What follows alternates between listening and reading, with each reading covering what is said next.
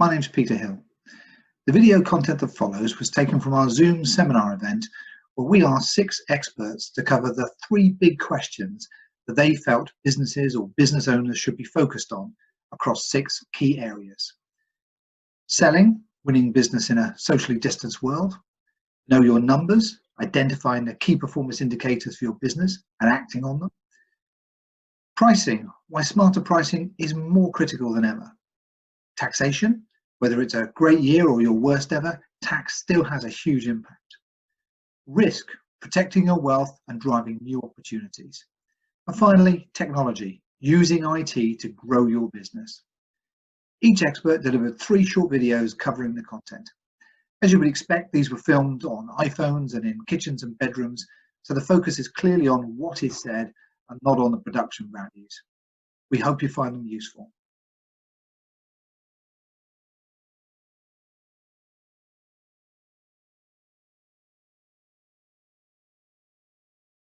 One of the most important numbers to measure is cash. Even in good times, cash is king. However, it's never been truer in this current situation, in this global pandemic, or even in recessions. We've got to be managing cash. Businesses typically don't fail from poor profitability.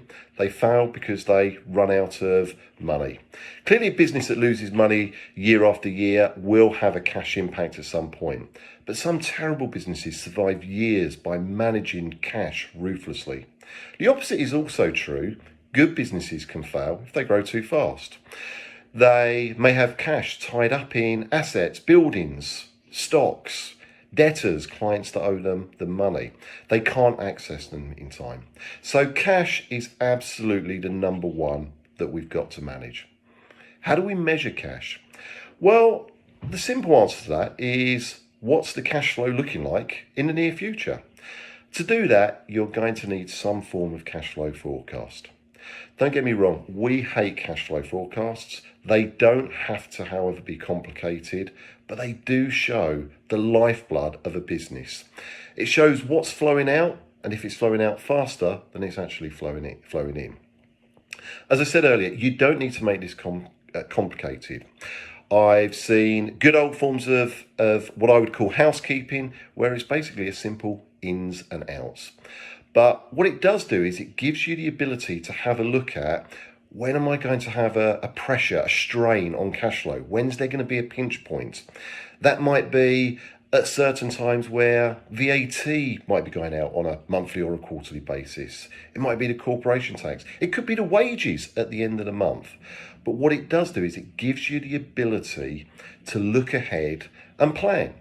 It might mean that you can chase in debts a little bit harder to try and get that money in.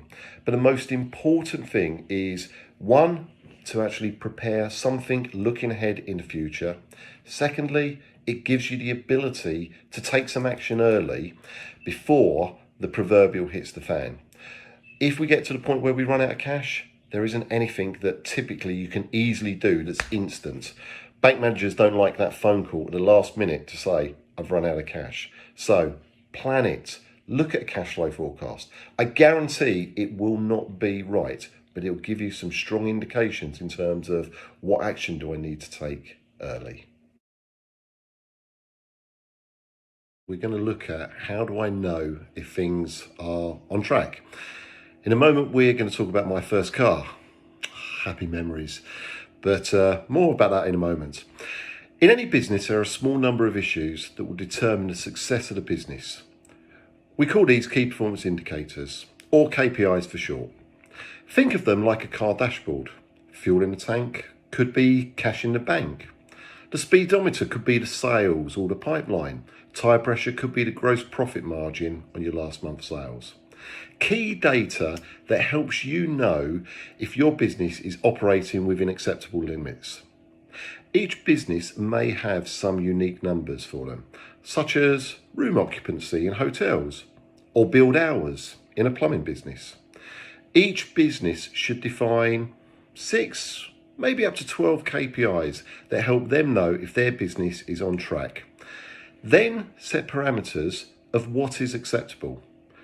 So by way of an example, a hotel may set occupancy between 75% and 95%, and only act if the actual result is outside of this, i.e. high occupancy may mean they are underpricing, and low occupancy may hint service issues or poor TripAdvisor scores. Now back to that point on my first car, turquoise blue Fiat 127, happy days. Anyway, I digress. My first car probably had just 3 gauges, and probably 2 of those were on the blink. I had to check oil pressure, tyre pressure manually when I remembered, and keep an eye on the gauges to see if it was in the red zone. Now my current car measures hundreds of bits of data, decides if they are within the limits or outside the limits, and sends me key information at those points. You can send it to a dashboard, your mobile phone. Every business needs a good set of KPIs that tells them what's really going on under their bonnet, and set the parameters so that you have automated warnings when these are missed.